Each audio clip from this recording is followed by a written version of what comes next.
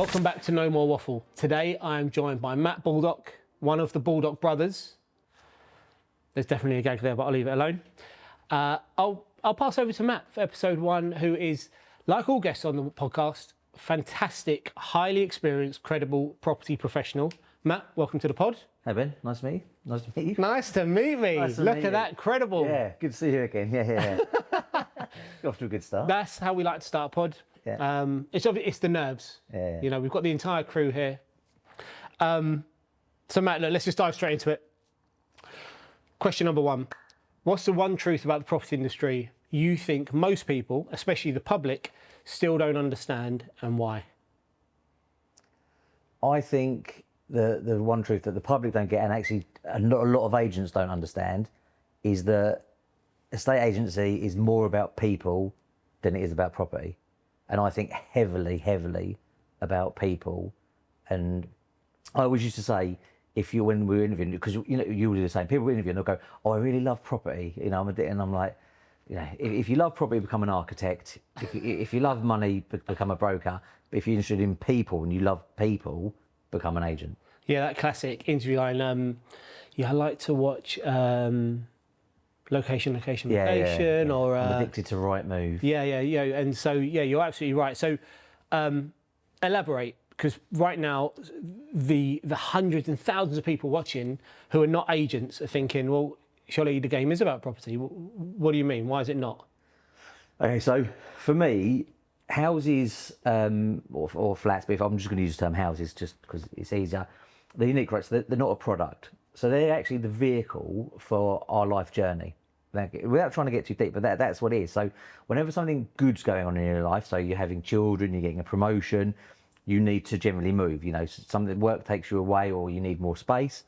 And then actually, probably more importantly, something really bad happens. So let's say a death or divorce, that always causes you to move as well. And it's not like you're selling a car, you know, it's not like someone's going to go and say, well, you know, a BMW and a Mercedes, they both have the same kind of spec, you know. Houses are really personal, they're real, they're actually homes. You have so many good memories, so many bad memories in this. You'll get people that they'll probably put an overinflated value on something where they live because of all the good times they've had. Or I've had people try and give their houses away because they hate them so much. And you know, and you've kind of got to stop them doing that. But when you understand that you're every day you're dealing with humans, and humans are going through a whole range of emotions, and their emotions will change depending on the day they wake up, what happened that morning, how their commute to work was. But the house stays the same. So once you've seen, the kitchen's always going to be where the kitchen is, the 3 bedrooms always going to be where the 3 bedrooms are, but the people's, their kind of emotions will change, and their needs will change. And because transactions take a ridiculously long time to go through, things can then change over, you know, kind of, well, literally overnight. So as agents, we're always having to manage expectations, but also emotions. And that is it's the gift and the curse. For me, it's the best thing about the job. And it's why I've done it for 24 years. But also it can be the toughest part of it as well, because I think the really good agents actually soak up a little bit of kind of those emotions, and they wear that heavily on their shoulders. So this is so let's get into the emotional side, because I completely agree it's a people business, not a property business. I completely agree that from an emotion perspective, it can be quite draining. As an agent, you're helping to manage the emotions of other people, and there are so many stakeholders involved in any transaction. So you've been doing it 24 years and you love it, clearly. Firstly, why on earth would you love something that's so challenging? I genuinely think it's like an honour to do. I was writing about this once on LinkedIn or something like that, and some guys commented me and said, "Oh, if you like helping people that much, you'd become a doctor."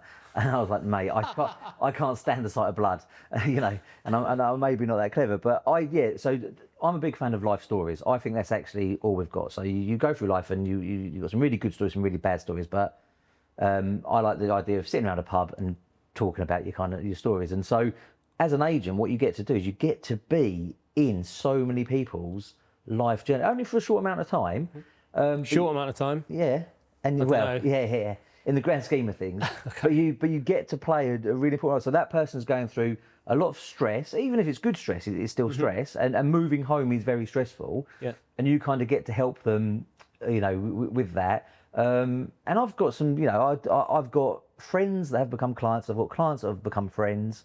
But either way, I just think it's an honour to kind of dip in and out. And as I say, I find people interesting. So, you know, don't get me wrong, without being disrespectful to people's houses, I've seen enough kitchens, I've seen enough landings, I've seen enough hallways, but I've only ever met that person once. And everyone's slightly unique in their own ways. So that's why I enjoy it. To sort of explain it in a bit more detail, what I want to talk about is your experience and why in 24 years, you know, people may or may not know Matt. If you work in the industry, maybe you've been hiding under a rock and you're not familiar with Matt and the businesses and the success he's had over the years. But if you're a consumer and you're not in his particular area of the world, you may not know Matt. But Matt's been a brilliant agent for an extended period of time. What is it? You like people, you like stories, but if I'm a consumer and I'm looking for an agent, what should I be looking for? From your experience, what makes a great agent? Empathy has to be the number one skill. Empathy, honesty, and integrity. You all kind of choose words, but if you really want to break it down, you need someone that's not going to bullshit you, even if it's not what you want to hear. So I think the best agents tell people what they need to hear rather than what they want to hear. You know, if you want someone to come and blow smoke up your ass and tell you you've got the best house on the street, it's the best thing they've ever seen, there's a plethora of those agents down the high street, you'll find them. But to have somebody who is actually risking the fact of not winning your business, they're risking their finances to be honest and tell you the truth, that for me is key. And then also so let's say you're going to probably work with that person for 6 months. So first of all, you have to actually think, can I stomach this person for 6 months? You know, every time this person phones, am I going to go, oh Christ, not him again? Yeah. So you have to be able to get on with them, but you have to also genuinely understand, not believe, because they can convince you.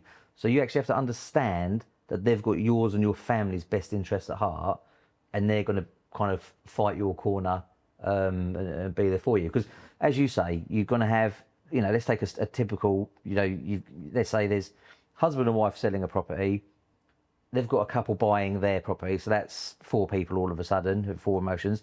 They've got a conveyancer each. Conveyancers are humans too, despite what people say. So, you know, all of a sudden we're at 6. Maybe there's a couple of mortgage brokers there, so 8. So there's a lot of people that you have to kind of handle, and they've all got their own agendas, and you need to make sure the agent's kind of is working for you. So what you've just described there is the most simple chain possible. Yeah. And that, you know, for people that, I guess the vast majority of people are not buying and selling every week. We do it on a daily basis. And so it's funny what you get used to, what becomes normal in your head. Whereas for the average consumer who might move house, I don't know, every 7 years, it's blow your mind stuff when they find themselves stuck in the middle of this and working out what to do, and there's so many people to talk to, and, you know, why is that person's, you know, emotions more important than mine? And so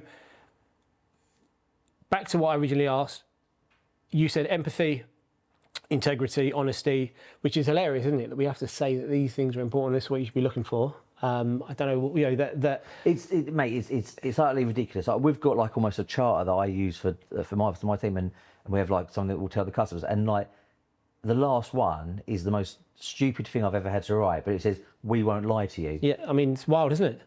And you know, it's crazy you've got to say that, but you have to. Yeah, I mean, look, you know what? Yeah, agents get there's a lot of negativity. What's that saying? Something about the stupid ones make the most noise. And so I think when it comes to negativity, that just causes a lot more disruption. But actually, I think the vast majority of agents care. They're trying to do a good job. They want to do the right thing. But that's not sexy. It doesn't grab headlines. My agent did a good job. That's just dull. But my agent lied to me. I'll tell 10 people that. Yeah. The other thing, though, is that as a society, it seems like dishonesty is just a bit more common.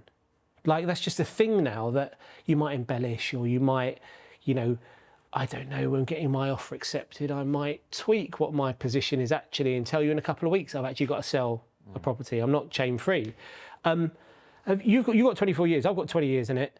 Have you noticed any change in how not just agents behave, but how maybe the general public behaves? I can't work out if the public have got more unreasonable, or I've just got old and a bit more. Both? And a bit more grumpy. I do think, and I think this probably goes wider than agency, it just goes to the world. I think with the prevalence of social media, stories spread a lot quicker. So the world is worried about a lot more stuff. And as you say, bad news always hits the headlines. Right? You never turn on the news and someone goes, "Oh, today was a good day. You know, everything's all right." Yeah. So there has to be the negativity. The algorithms are twisted to show you the negative things because that's what it gets more of a reaction. So I do think that we live in a bit of a social media is the holiday brochure of life. So we always want to kind of compete with other people. So you'll see your friend having this big house. You go, well, I want to kind of get that big house. And I'm sure you had it in your agency, but when interest rates shot up, we had a lot of people saying, well, that's not fair because my friend Sandra, you know, and I was like, well, that's just the way it works. Life isn't fair, unfortunately. And yeah, I think because the public may become with this perception that it's almost like a game. It's a bit of a battle. So rather than going, right, I want to buy a house, I'm going to go and work with this agent to get me what I want, they're like, well, the agent's going to try and trick me, so I'm going to come into it and kind of try and trick Everyone's them. guarded. Yeah, everyone's kind of guarded. I had one once when I was showing someone a flat and they just wanted to buy it, and it was him and his mum, and he went, right, and it was like, remember Dragon's Den, they used to go to the wall? It's like, we need a chat. They literally just, I was only in a small flat, and they like walked negotiating in the corner. Yeah, Spike, they come back like, we'll pay the asking price. And I'm like, fine, you know, that's okay. But I think most of the time what people have to understand is the agents actually, they want to sell houses, that's how they get paid. They generally want to help you. Nobody wants to go to work and have arguments and no one wants to have a tough life. Yeah. So on the whole, people, they do actually want to help you. I don't think the public always fully understand that the agent has to act for the seller because they're paid by them. And I think there's this blurred line with a lot of bigger agencies. Maybe it's unfair to quote corporates here, but the less experienced negotiators, they behave in a way as though they are representing the buyer. They build a stronger bond with the buyer. They spend more time with the buyer, and then there's this blurred line that actually the agency works for the seller, for the client, but the buyer, you know, no one said it, but the buyer naturally feels like that negotiator is working on their behalf because I've got the relationship with you. And so I see this all the time on social media where someone will post something like, managed to get this agreed for my buyer today. Like, oh, they're not your buyer. No, you've sold your client's home, and you just got to be really, really careful. And I understand.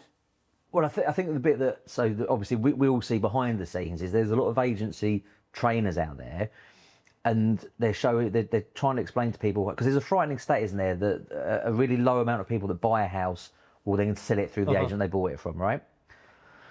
So then the training is, you've got to really be nice to the buyers and look after them because they're going to come and sell. And when you're only selling, and I don't think it's even, people even move every 7 years now, I reckon we're more like 12 or something like that. It's a long game. So it's like, well, you've got to be nice to the buyer because you want them to come and sell through you again. You want them to recommend you. But really that's not the way it should kind of work. In an ideal world, the buyer would kind of think to themselves, oh, they did a really good job for the person that was paying them and didn't get me what I wanted because they got that person what they wanted. Yeah. But obviously, as humans, that's now we think. Yeah, well, I've lost. Yeah, they got the most money out of me. I feel hard done by. But actually, that's the perfect agent for me. They're driving the best possible, I don't know, return, be it price, speed, whatever it might be for their client. Yeah. The key to any deal really is everybody has to feel. Well, people say, oh, it's a win-win. I say it has to be fair. So the seller has to think what they've got is fair. Yeah. The buyer has to think what they've got is fair. And that's generally how we try. And if both parties are happy. Yeah. And that does go. So while we're working for the seller, that also means having tough conversations with them. So sometimes you will have sellers that are unreasonable. And it can be, well, I'm paying you, actually, if you're paying me for my advice. So my advice is, you're being unreasonable here. This is what's fair. Because, as we've said, because a deal can take 4 to 6 months to go through the conveyancing process, if you start that and somebody's got the hump, any reason to pull out, you're on the back foot. You're on the back foot. So everyone has to kind of go into it friendly and amicable. I mean, I've heard people, you'll be in, I don't know, we'll be at a conference or something, and we'll be interacting, and you're catching up with your mates, you're seeing people there, and then you hear someone on a negotiation, and they're putting an offer forward to their client, and you can tell it's a tricky one. Maybe it's not the figure they thought it was going to be, but maybe the buyer position is strong. And you can tell that the agent's advice would be, this is probably the right offer. We should probably move forward with it. But you hear the sentence, well, look, it's not down to me to tell you. And I always think, that's wild. That's exactly your job. That is literally what they're paying you for. And if we've brought people into our old business, and very few that we brought in had experience. Roughly 15% of anyone came into the business had experience over the years. And some of the statements that you hear, like these things they've picked up over the time, and you think, That's the opposite of a estate agency. Yeah. If we're suggesting that it's our client's job to make the decision, to come up with a justification, what are we being paid for? But yeah, so let me just go back to, you said there's a lot of industry trainers out there.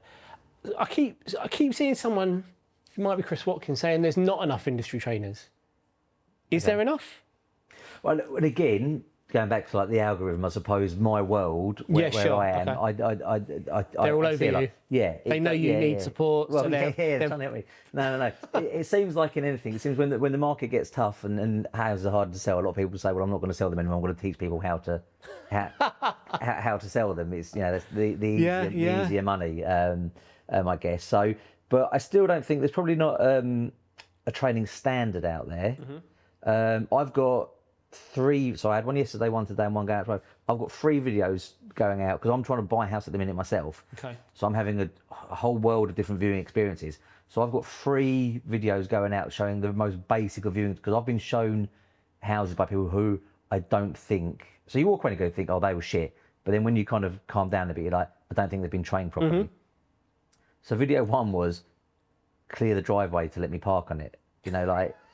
But you're laughing, right? But yeah. But number 2 is know where the boiler is, and number 3 is actually have a bit of a strong conversation with your seller about they should go out while you're doing the viewing, or and that thing. And it's stuff like somebody actually commented on and said, "Oh, do you think this is a training issue or just common sense?" And I was like, "Well, common sense isn't that common." And also, you don't know. And I think we do sadly live in a world, and the corporates mainly, but I know some independents that do it. Someone starts, they're new, they're young. They get thrown a set of keys, go and show that house. On the drive there, their mind's going, they'll be excited, they'll be panicking, so they won't think about the driveway. Yeah. So I don't think there's a standard of training as such.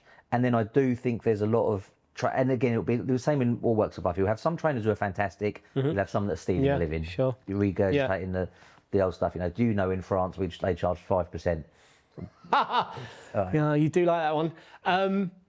Yeah, that's really interesting. So there's something that you said that I say quite often. It's unfair to blame the individual. You've got to look beyond the individual because they haven't been trained. Yeah. As far as they know, if this is how they've been shown to do it and they're doing it exactly how they've been shown or not shown, then it's not on them. We were on holiday over the summer and it was a disaster. We went to what was meant to be a really nice hotel and the service was awful. It's like they were going out of their way to get things wrong. Food and beverage mainly. And whilst you're on the holiday, I'm just like, oh, we paid a lot of money to be here. We've got the whole family. It's ruined the experience. But off the back of it, I just think these poor guys have got absolutely no idea they're doing anything wrong. No. They've got very little experience of being the consumer themselves in that environment. And so they have to have thorough training. And it was so clear they'd just been left to their own devices. And so I feel that's the same across the board. Out of interest, as a buyer, do the agents you're viewing with, do they know you're an agent? Yeah, so I tell them. You do, okay. Because I think actually legally I have to tell them. Oh, really? That's interesting. Yeah, 79, I think, but I always rather like an edge on the side of caution. So most of them know me anyway, because obviously I'm a big deal. But I just tell them because I don't want them to think I'm trying to get on their mailing list or something. Sure. Okay. Although one of them did just randomly add. So I'm trying to buy a 3 or 4 bed house, and yesterday I got sent an email shot with a load of 1-bedroom apartments on it. Solid. So it's still kind of happening, and it's those little things that they're just little things that we'll laugh about them. But if you're in the public, I suppose you don't have any experience of this, and you're trying to buy something, that would really start to piss you off. Yeah. And it's like most things in life. It's probably the little things are more annoying than the kind of big things. So if we could try and stamp out those little bits, the nigglies, then that would be a start. And they're the easy things to stamp out, aren't they? Just quite often say you're a little bit like you're 1-0 up or you're 2-0 up, and you're in control of the game. The game is yours to lose, as opposed to theirs to win. And it's the same, I think, with these little things. You're in complete control over these things. You get them right, it's okay. The big things that go wrong, quite often, you don't have that much control over. Someone changes their mind, someone pulls out, something comes up in a survey. They're the majors that actually you won't be blamed for them if you do all the little things really well. You've shown competency, professionalism, then you're doing your best work. I want to come back to what I was originally asking about best agent or what makes a great agent. So you've got some experience at the moment, you're out on viewings.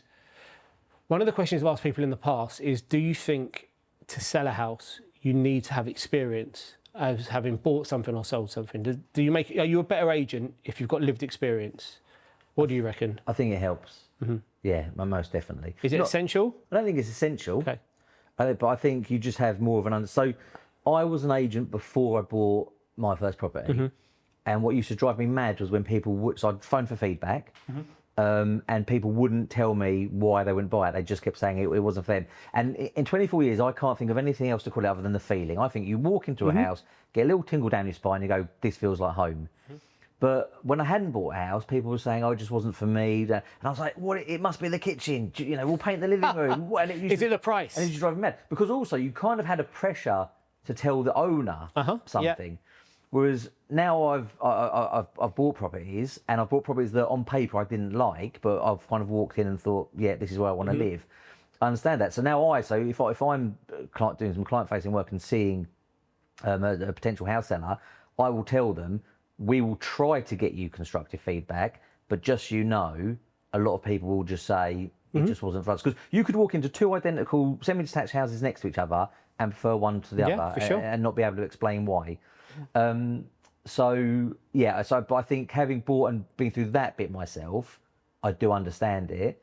Having said that, if I'd been, because I wasn't trained, I was just throwing some keys, go and show a house. If somebody had taught me that, and I'd been open to listening, yeah, mate. But I think it's like most things in life. If you've got a bit of experience in it, again, it goes back to the empathy thing.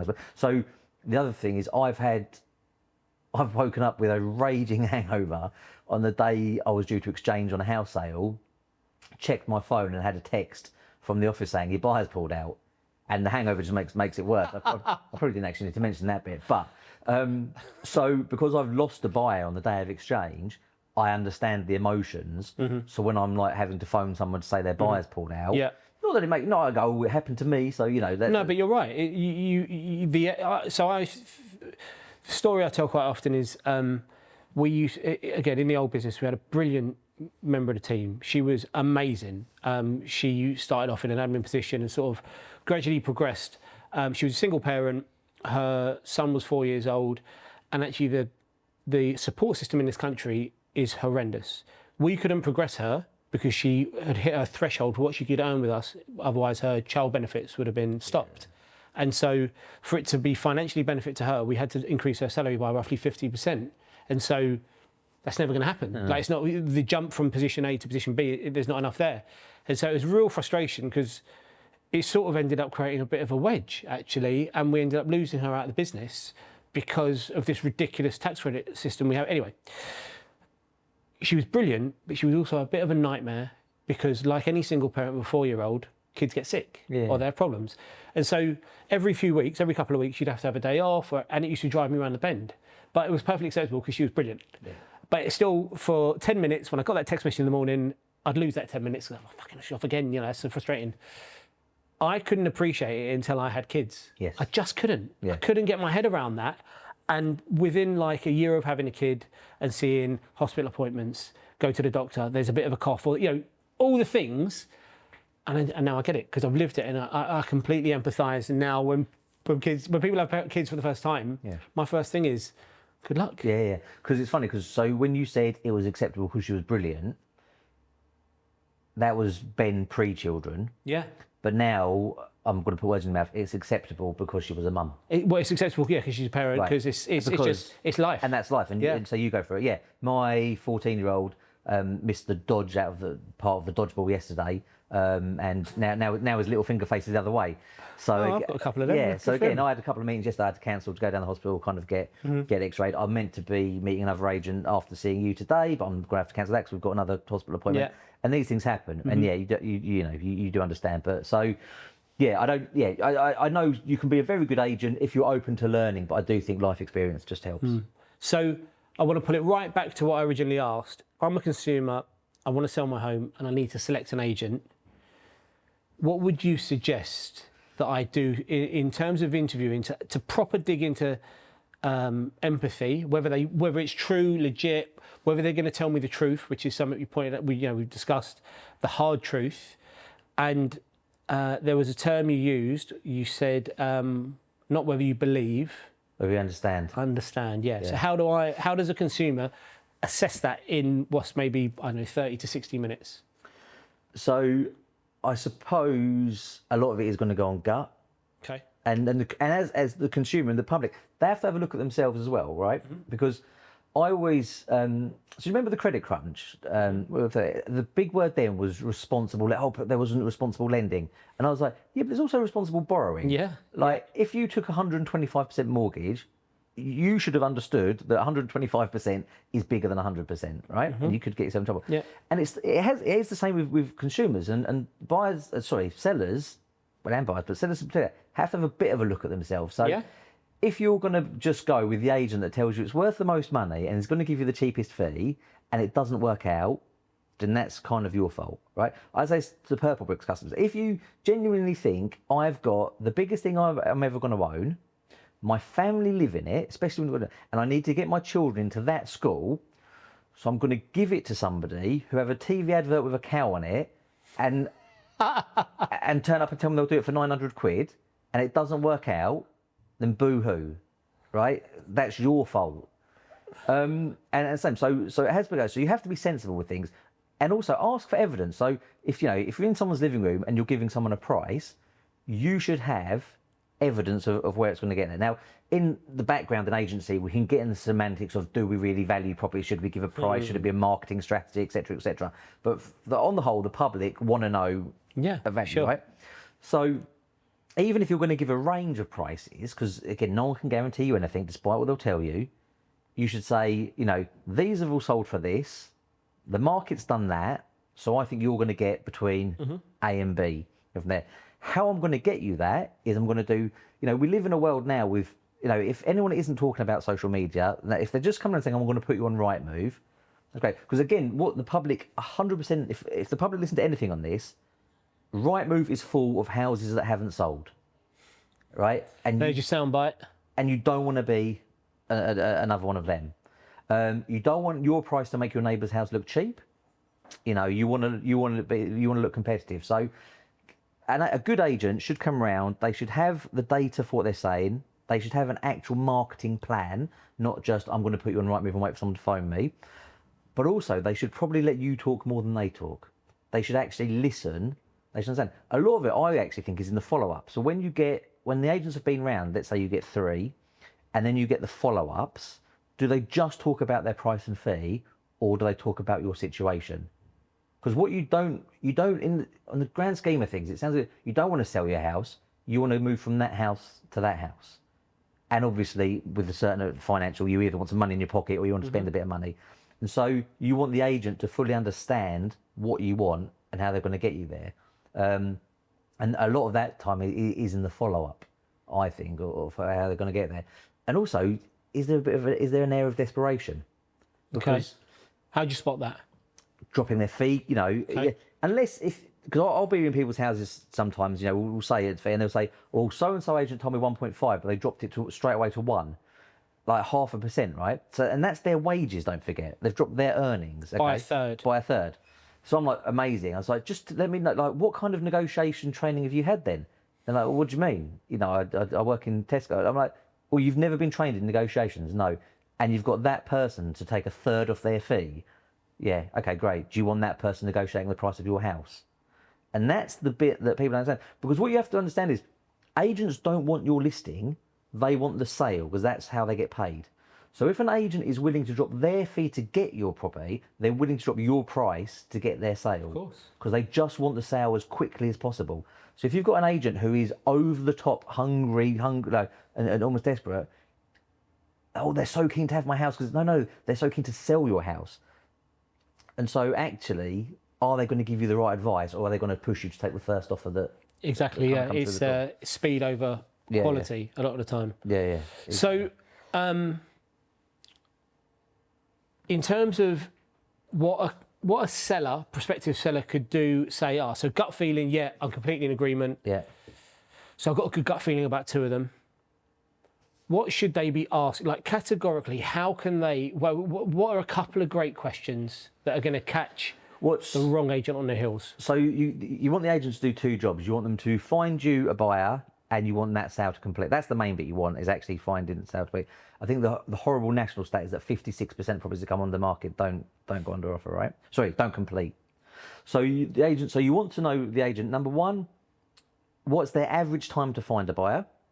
What's their average percent? What's their average percentage of the asking price they get? And another one is, how long does it take from finding a buyer to getting it to actually complete? And what's the how many of the ones they actually sell actually complete? And so you know, the average at the moment, national average is 19 weeks. That is wild. That is just insane.